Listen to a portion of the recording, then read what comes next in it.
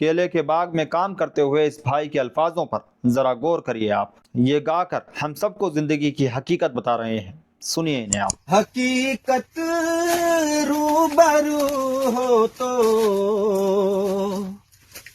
अदाकारी नहीं चलती,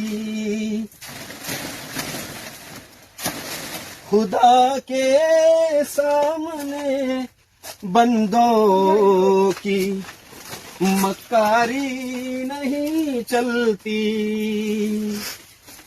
तुम्हारा दबदबा तो बस तुम्हारी जिंदगी तक है, तुम्हारा दबदबा तो बस तुम्हारी जिंदगी तक है।